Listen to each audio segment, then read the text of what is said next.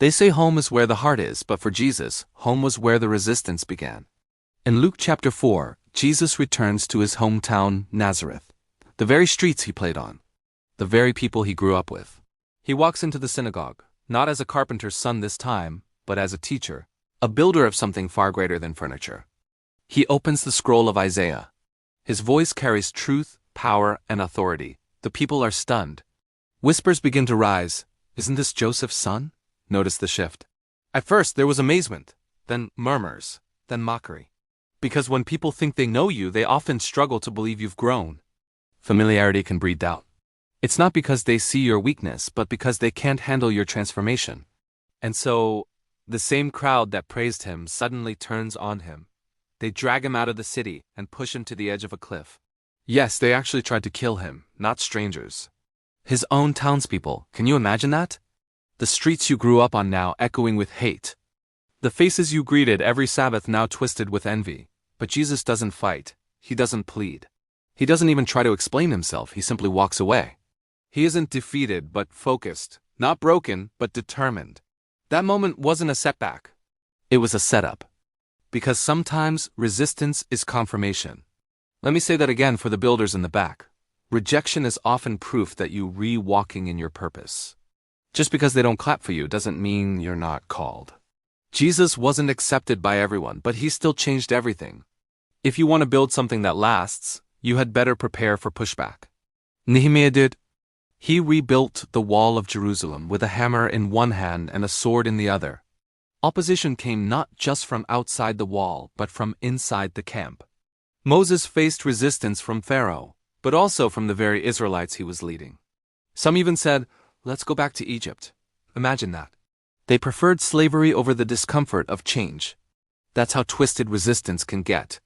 So if Jesus faced resistance, if Nehemiah faced sabotage, if Moses faced betrayal, you will too. But here's the secret. Keep building anyway. Not because it's easy, but because you were called. And when you're called, rejection isn't the end of the road.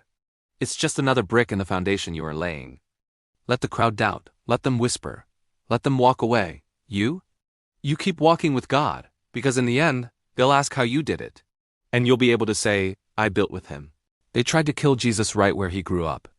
Not strangers, his neighbors, his childhood community. He walked into the synagogue, read from Isaiah. And in a matter of minutes, they were furious. Why? Because he dared to say something they weren't ready to hear. Because he spoke with authority. Because he refused to shrink just to make them feel comfortable. The same people who once called him Joseph's boy now wanted him thrown off a cliff. But Jesus didn't defend himself. He didn't beg them to understand. He walked away, silently. That wasn't weakness. That was clarity. Some of you are still explaining yourself to people who've already decided who you are. Let it go. They've made up their minds. You've got a mission to fulfill. Jesus didn't try to prove anything to Nazareth. He moved on. He found other towns, other people, other builders. That's what leaders do. They know when to speak and when to leave. Now zoom out. This rejection didn't begin or end in Nazareth. Every prophet before him had a story of resistance. Moses said, "They won't listen to me." Nehemiah was mocked while building. Sanballat and Tobiah laughed. Even a fox climbing up on that wall would break it down. Imagine showing up to do God's work and getting laughed at, Jeremiah. He was beaten, ignored, and thrown in a pit. He cried, "I wish I had never been born." Elijah called down fire from heaven. And still ran away, afraid and alone. Paul was beaten, stoned, shipwrecked, imprisoned just because he kept showing up. And Jesus? He fed the 5,000. And they still doubted. He raised the dead. And they still plotted to kill him. He stood before Pilate, alone. So here's the pattern. God calls. People resist. Builders build anyway. Because your calling is not up for a vote. In Mark chapter 6, it says Jesus could not do many miracles in his hometown. Because of their unbelief. It wasn't about power. It was about permission. God won't force breakthrough where faith is absent. Let that sink in.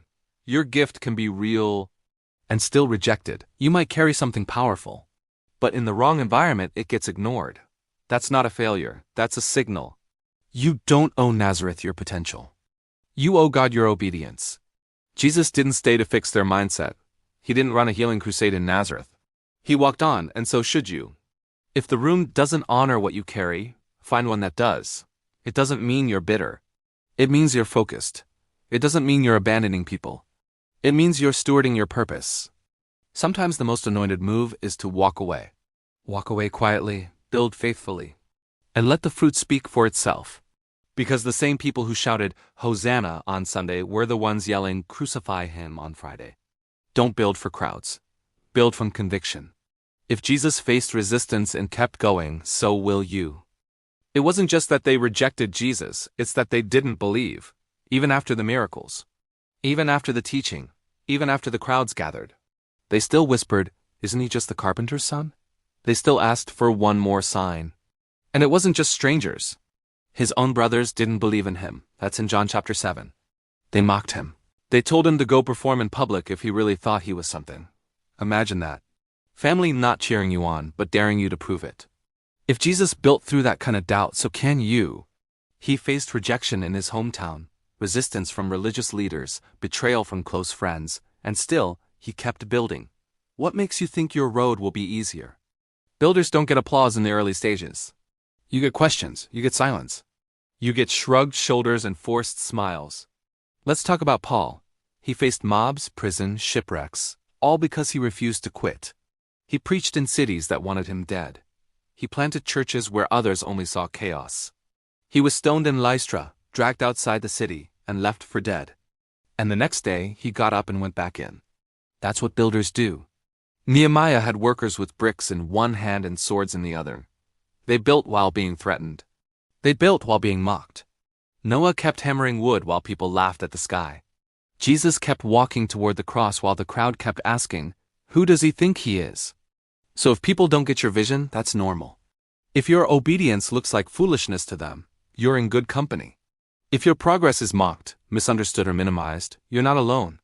You don't need mass validation to obey God. You don't need everyone's faith to walk in yours. Even Jesus couldn't convince everyone. So stop waiting for approval before you act. Stop shrinking your assignment to match other people's belief. Their disbelief is not your disqualification. Their silence is not your signal to quit. Because belief is not always a crowd activity. Sometimes it's a solo act. And you're not just building for now. You're building for legacy. So pick up your tools, widen your stance, and keep going. You are called to build.